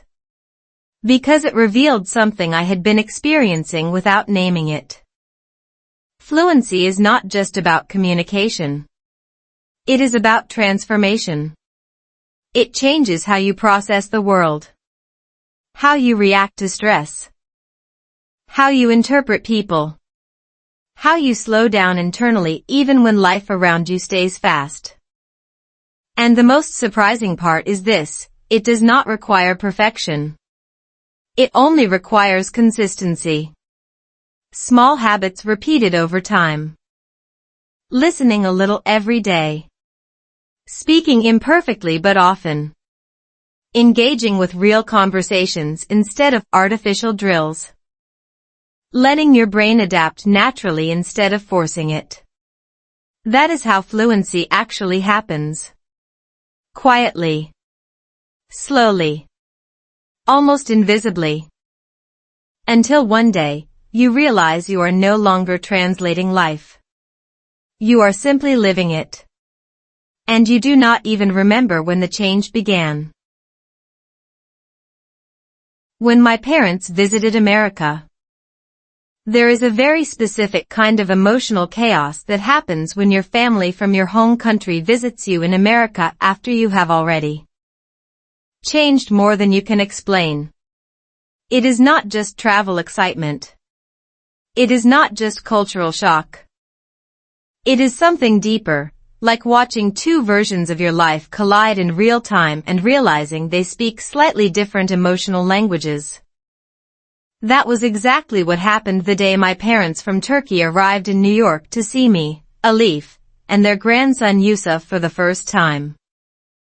I remember standing at JFK Airport waiting for them. Holding Yusuf in my arms while Alif adjusted his tiny hat for the 10th time, even though he clearly hated hats with a passion only babies understand. My parents stepped out of the arrivals gate slowly. Looking around with that classic expression of people who are trying to process America without fully trusting it yet. My mother's eyes immediately locked onto Yusuf, and for a few seconds everything else disappeared. No English. No airport noise.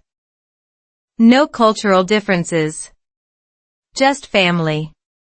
Then the real chaos began. Because suddenly I had to switch between two worlds instantly. With my parents, I spoke Turkish automatically. With Alif, I spoke English naturally. With Yusuf, I mixed both languages without thinking. And in that moment I realized something fascinating. My brain was no longer living in one language anymore. It was living in two emotional systems at the same time. Psychologists call this code switching, where bilingual speakers shift languages depending on context, emotion, and social environment. But what they do not emphasize enough is how emotional this process becomes when family is involved. Because language is never just communication. It is memory. Identity. Childhood. History. When we arrived at our apartment in Brooklyn, my parents looked around slowly like they were entering a parallel version of my life. The furniture was unfamiliar. The silence between buildings felt different. Even the smell of the city seemed strange to them. My father finally sat on the couch and said in Turkish, "So this is your life now." It was not a question. It was a quiet observation filled with emotion. I nodded, unsure what to say. Because how do you summarize years of struggle, adaptation, loneliness, love, and language learning in one simple sentence? You cannot. So instead I just said, yes. That was enough. At least for the moment. Then Alif entered the room holding Yusuf, and everything changed again. My mother's face completely transformed the second she saw her grandson. She immediately forgot about English, America, and cultural confusion. She only saw family. She hugged Yusuf tightly, speaking Turkish softly to him, even though he obviously could not understand a single word. But babies understand tone more than language anyway, and Yusuf responded with a calm expression like he was meeting someone he already trusted. That night we had dinner together in our small kitchen. Turkish food mixed with American ingredients because immigration always creates hybrid versions of everything, including meals. My parents spoke mostly Turkish. Alif spoke English with occasional Turkish words she had learned over time. I switched constantly between both languages like a confused emotional translator working overtime. And somewhere in the middle of that dinner, I noticed something very important. I was no longer translating consciously. Not even between my parents and Alif. My brain was automatically adjusting meaning depending on who I was listening to. This is what linguists call automatic bilingual integration, where the brain no longer treats languages as separate systems but as one unified communication network. But again, science sounds less emotional than reality. Because what it actually felt like was standing in the middle of two rivers flowing into one ocean. After dinner, my mother pulled me aside quietly while Alif was washing dishes. She looked at me for a long time before speaking. "Are you happy?" she asked in Turkish. Simple question. Heavy question. I looked toward the kitchen where Alif was laughing softly at something Yusuf had done, then back at my mother. And I realized I had never been asked that question in this exact way since moving to America. Not about success. Not about language. Not about money or survival. Just happiness. I nodded slowly. Yes, I said. And this time, I meant it fully. Later that night, after my parents went to sleep, Alif and I sat on the floor in the living room while Yusuf slept between us. The city outside was quiet in that rare New York way where everything feels paused for a moment. Alif leaned her head on my shoulder and whispered, "Your parents are very different from mine." I smiled. That's an understatement. She laughed softly. But then she became quiet for a moment before saying something more serious. Do you ever feel like you belong to two places but fully to neither? That question hit deeper than expected. Because the honest answer was yes. Living in another country as an immigrant creates a strange emotional identity split. Psychologists studying migration describe this as cultural dual identity, where individuals develop emotional attachment to multiple cultures but may not feel completely grounded in either. In simple terms, you feel like you are always slightly in between worlds. Not lost, but not fully anchored either. I looked at Yusuf sleeping peacefully and thought about how his identity would be different from mine. He would grow up speaking English as naturally as breathing. Maybe Turkish as well. Maybe something mixed and beautiful that neither of us could fully predict yet. And that thought made me feel something unexpected. Peace. Because maybe belonging is not about choosing one place. Maybe it is about building a life that connects multiple places without needing permission. A few days later, my parents prepared to leave. The airport goodbye felt heavier than the arrival. My mother held Yusuf for a long time, whispering prayers in Turkish. My father hugged me quietly without saying much, which is how Turkish fathers express emotion when words are not enough. Elif stood beside me holding my hand, watching everything with a soft expression that understood more than she said. When my parents finally walked through security, I felt a strange silence inside me. Not sadness exactly. More like emotional recalibration. As if my internal world was adjusting again to a new version of normal. On the way home, Elif looked at me and said, "Your mother loves you a lot." I nodded. I know. She smiled. And she loves Yusuf even more. I laughed. That part one definitely noticed. Then she added something quietly that stayed with me. Family is louder in Turkish. I looked at her confused. What do you mean? She thought for a moment. Even silence feels emotional. That sentence made me realize something profound about language and love. Some emotions are not dependent on grammar or vocabulary. They exist beneath language itself. After that trip, I started noticing something different in myself again. My English listening was no longer just a skill. It had become emotional flexibility. I could move between conversations, cultures, tones, and emotional contexts without feeling lost. And more importantly, I stopped feeling like I was performing English. I was simply using it as part of my life. One evening, while watching Yusuf crawl across the living room floor trying to attack a plastic toy with absolute determination, Elif said, "He will grow up between languages." I nodded. And between cultures. She smiled. That might be his strength. And in that moment I realized something important. Everything I struggled with for years is confusion, fear, embarrassment, slow listening, awkward conversations, was not wasted. It was building something inside me I could not see at the time.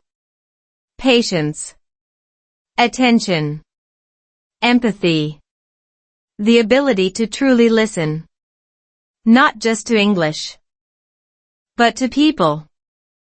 And that realization quietly led me to the final transformation in this journey, where everything I had learned about listening, love, language, and identity finally came together in one last unexpected way.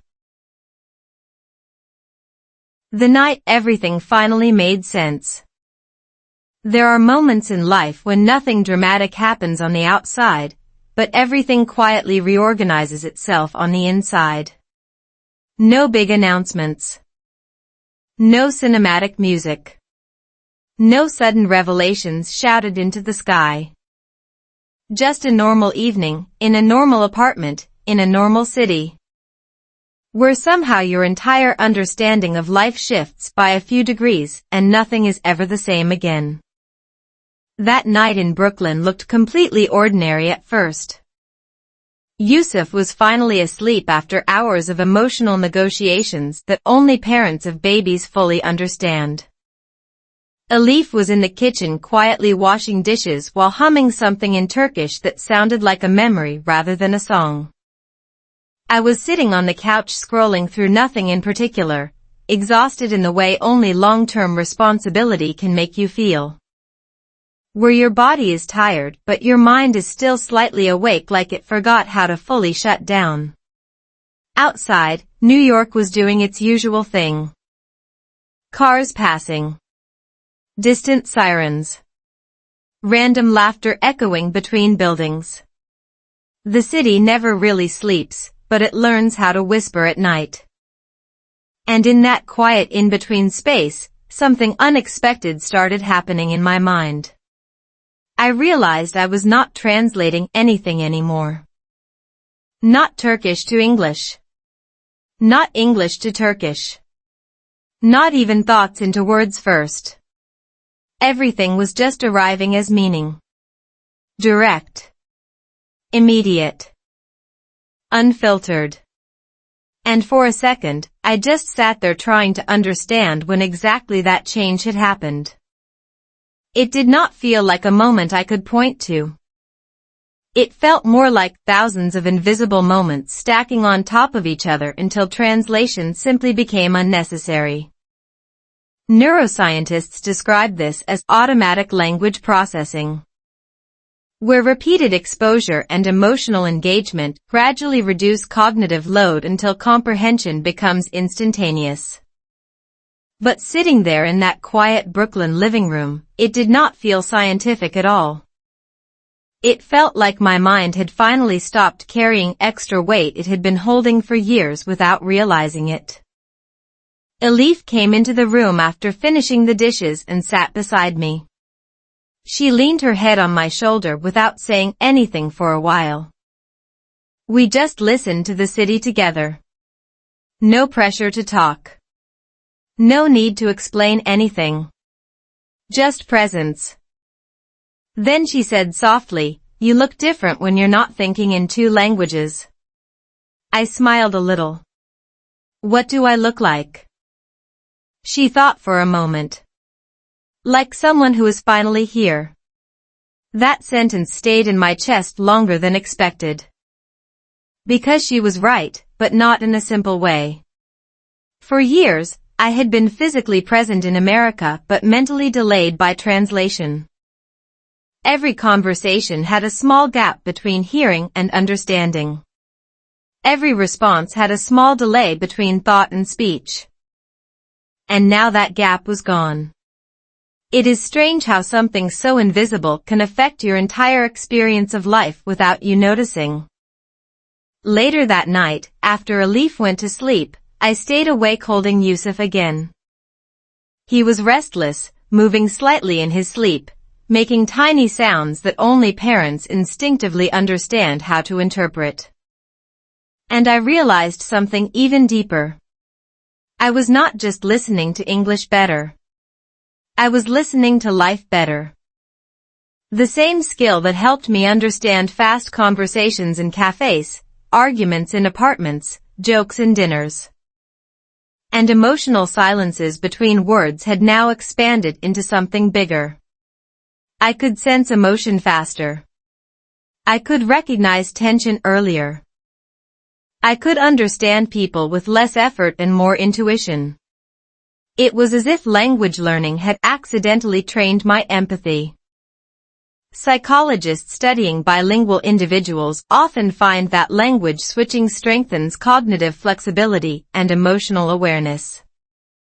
But living it feels less like an academic benefit and more like becoming slightly more human in how you respond to the world. The next morning, something small happened that confirmed everything. Elif and I were making breakfast while Yusuf played on the floor. She asked me something simple in English, something I would have struggled with years ago during my early immigrant days. And I responded instantly. No hesitation. No translation. No mental searching. Just answer and emotion together. She looked at me and smiled. You didn't pause again. I laughed softly. I think my brain got lazy. She shook her head. No. Your brain got fluent.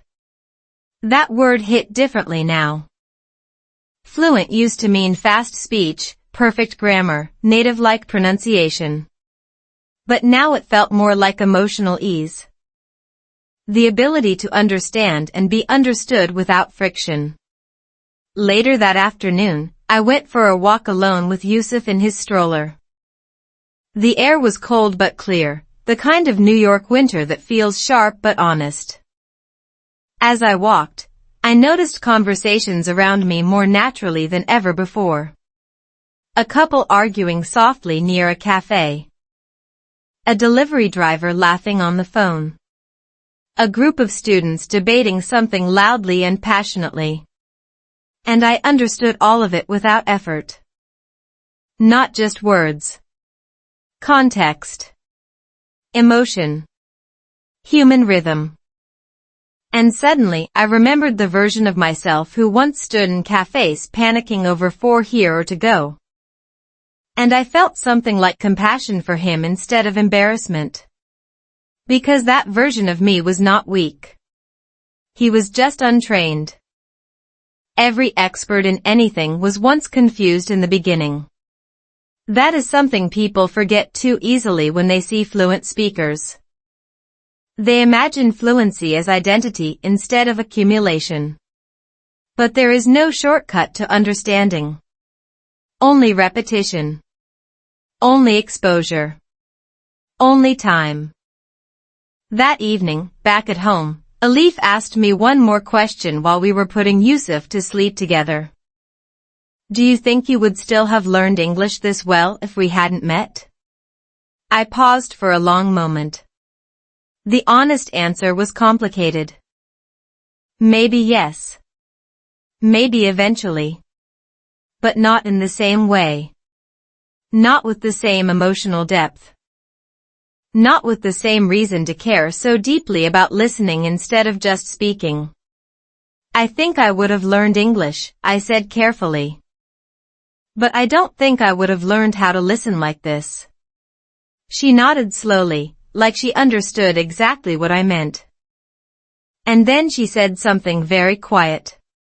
Maybe that was the real lesson all along. After that, the room became silent again. Not empty silence. Comfortable silence. The kind that only exists when two people no longer need language to feel understood. Yusuf finally fell asleep between us, breathing softly, completely unaware that he was sitting at the center of 2 languages, 2 cultures, and 2 people who had slowly learned how to become a family without fully realizing when it happened. And in that moment, I understood something I had been chasing for years without knowing it. Fluency was never the goal. Listening was. Not just to English. Not just to people.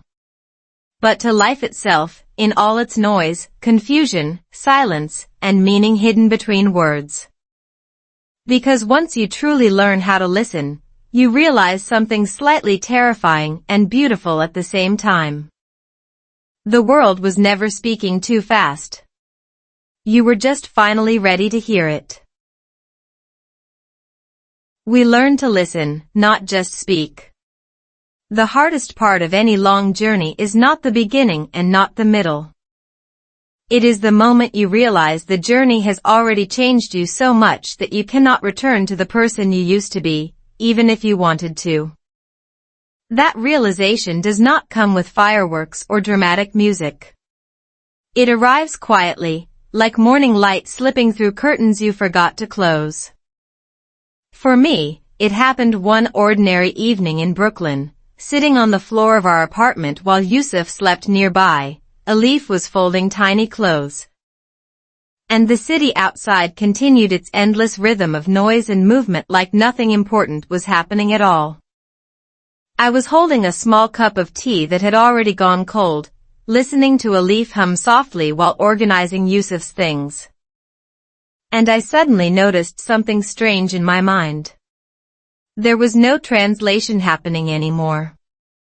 Not even a shadow of it. No internal switching between Turkish and English. No delay between hearing and understanding. Just direct meaning. Clean, immediate, effortless. And for the first time, I understood something deeply personal about my own transformation. I had not become a different person. I had become a more attentive one. Neuroscientists often explain this stage of language learning as automaticity, where repeated exposure and emotional engagement reduce cognitive load to the point where comprehension becomes instantaneous. But sitting there in that quiet apartment, I did not feel like a scientific result. I felt like someone who had finally stopped carrying unnecessary weight in his mind. Elif sat beside me after finishing folding the laundry and leaned her head on my shoulder. No words at first. Just presence. Then she whispered, "Do you remember when English felt like a wall?" I smiled softly. "It still does sometimes." She laughed quietly. "But now you can see through it." That sentence stayed with me because it was true in a way I never expected. English was no longer a barrier. It was transparent. Not because it became easier, but because I became more familiar with it. Familiarity changes everything. It turns fear into curiosity, pressure into rhythm, confusion into patience. And patience is where real listening begins. Later that night, after Yusuf woke up briefly and fell asleep again in my arms, I walked to the kitchen alone. The apartment was silent except for the faint hum of the refrigerator and distant traffic outside. I stood there thinking about everything that had happened since I first arrived in America. The panic in cafes. The awkward conversations. The embarrassment of misunderstandings. The exhausting feeling of never being fully fluent in anything. And then I thought about the nights in Brooklyn with Elif, the dinners, the arguments, the laughter, the hospital visits, the birth of our son. And all the invisible moments that had slowly reshaped my understanding of language and life. And I realized something important. I never actually learned English first. I learned how to listen. English was just the path. Psychologists studying communication often emphasize that listening is not passive. It is an active cognitive process involving attention, prediction, emotional decoding, and memory integration. In simple terms, real listening is your brain working quietly in the background to understand not just words, but intention. And most people, especially language learners, underestimate how powerful that skill actually is. Because once you learn how to truly listen in one language, you begin to listen better in every language, including the language of silence, emotion, and human behavior. The next morning, Elif and I took Yusuf for a walk through Brooklyn. The air was cold but soft, the kind of winter morning where everything feels slightly slower than usual.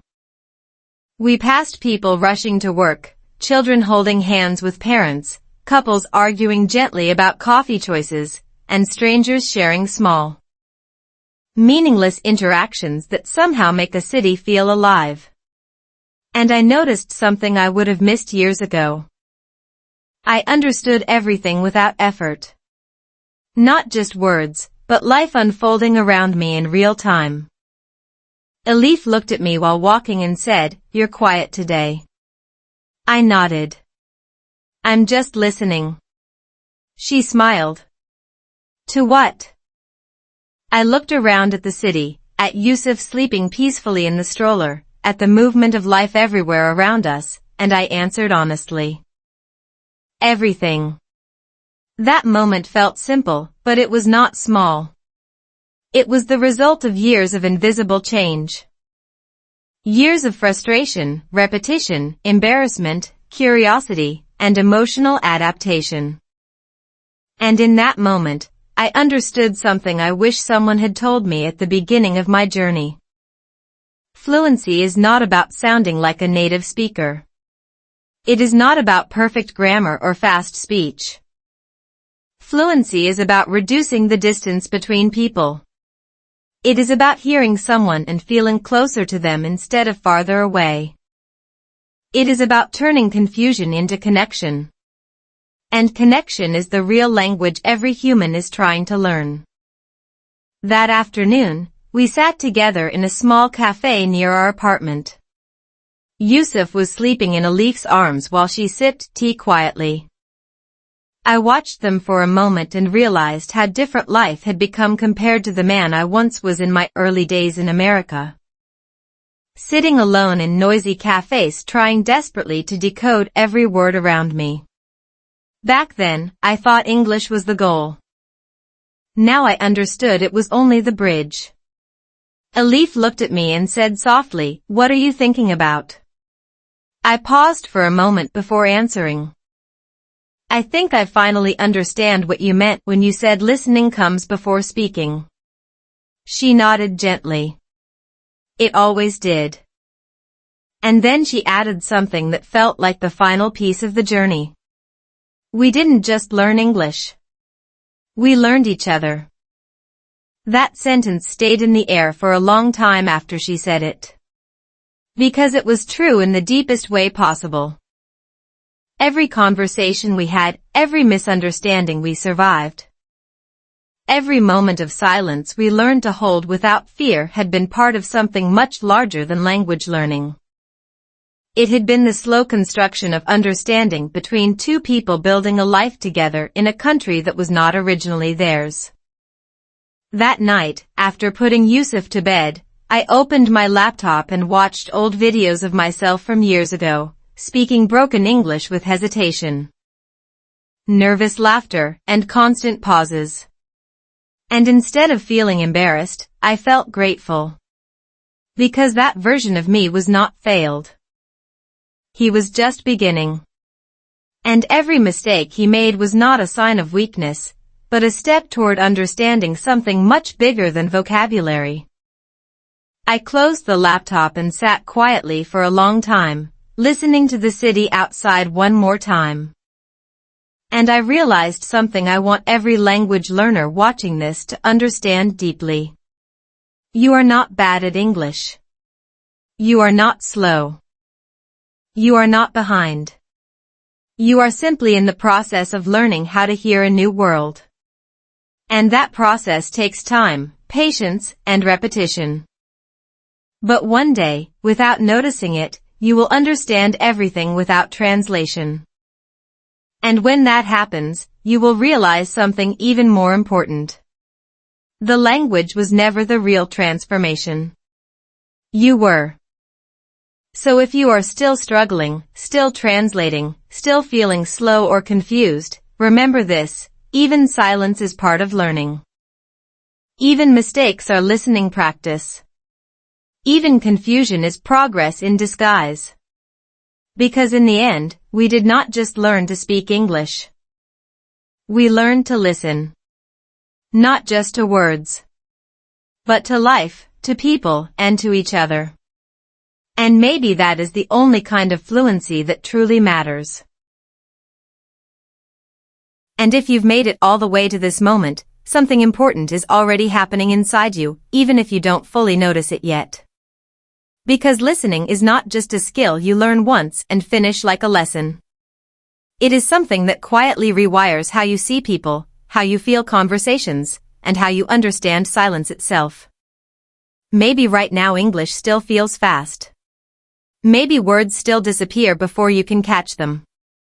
Maybe you still translate everything in your head and feel a second too late in every conversation. But that delay you feel, it is not failure. It is the exact place where real fluency is being built. Slowly. Invisibly. One moment at a time. And here is something most learners never hear clearly enough. You are not trying to become perfect at English. You are trying to become comfortable inside it. There is a difference so big that it changes everything. Perfect speakers impress people. Comfortable listeners connect with people. And connection is what you will remember long after grammar rules are forgotten. Think about it, every meaningful conversation you've ever had in your life was never about perfect words. It was about being understood. About understanding someone else without rushing them, without fearing mistakes, without needing everything to be correct. That is what we practiced in this story. Not just speaking. Not just vocabulary. But learning how to slow down your mind enough to actually hear another human being. And if something in this journey felt close to your own experience, then this is your sign that you are already further than you think. Because the moment you start noticing your listening, you have already started improving it. Now I want you to try something simple after this video. Not a test. Not a challenge.